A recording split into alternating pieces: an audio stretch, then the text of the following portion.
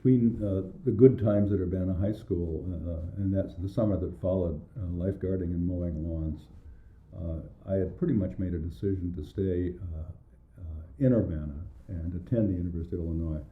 They had a great Department of Architecture, and the College of Fine and Applied Arts were highly regarded, and it seemed to make a lot of sense to stay there.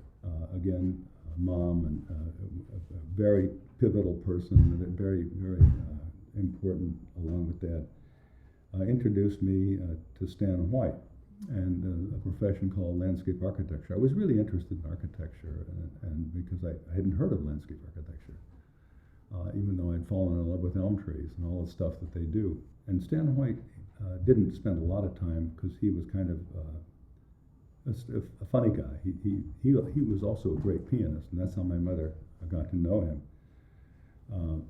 Said, you know, you ought to go see Chuck Harris over at the Department of Landscape Architecture. Talk to Chuck. Talk to old Chuck. He'll tell you about what we do. So I signed up for landscape architecture, and was so lucky to be at the university at the time.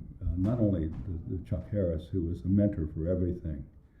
He was the guy. The schools, the buildings would close down at 6 o'clock at night, maybe even earlier.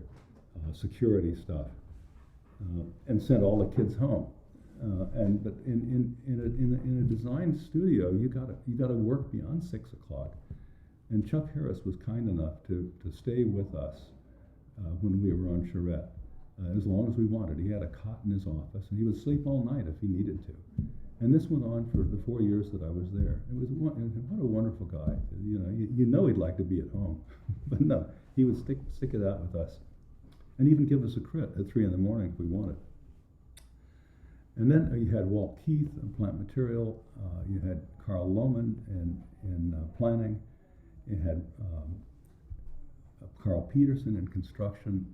Chuck Harris, of course. Stan White with his wonderful approach to design and kind of philosophical meanderings. We had Rich Haig came by, Hideo Sasaki came by, Dan Kiley came by.